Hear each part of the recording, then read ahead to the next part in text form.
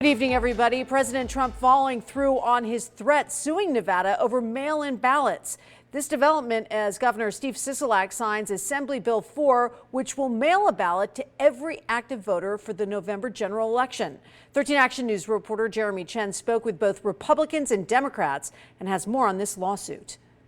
President Trump continuing to hammer Nevada over mail-in ballots, claiming they're a source of potential fraud. State Democratic leaders say those claims are unfounded. The fight over Nevada's mail-in ballots will be going to court. The Trump campaign filing a lawsuit to stop Assembly Bill 4 from going into effect. It would mail a ballot to every active voter for the general election. The lawsuit highlights concerns about the potential for fraud and says it would, quote, require massive changes in election procedures and processes. And so Assembly Bill 4 opens Nevada up to being the hotbed now of the opportunity for election fraud. Jenna Ellis, senior legal advisor to the Trump campaign, says the new law threatens election integrity. President Trump has been very clear over the last several months that he is committed to protecting and preserving election integrity for all Americans. This shouldn't be a partisan issue.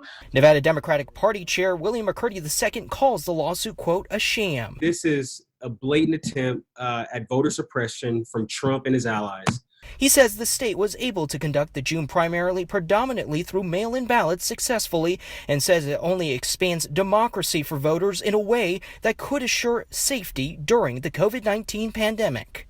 They should be able to safely and securely exercise their right to vote, and it indeed is a right. The case will be heard in Las Vegas court with the date still to be determined. We did reach out to the office of Barbara Sagafsky, the Secretary of State. They say they have no comment due to pending litigation.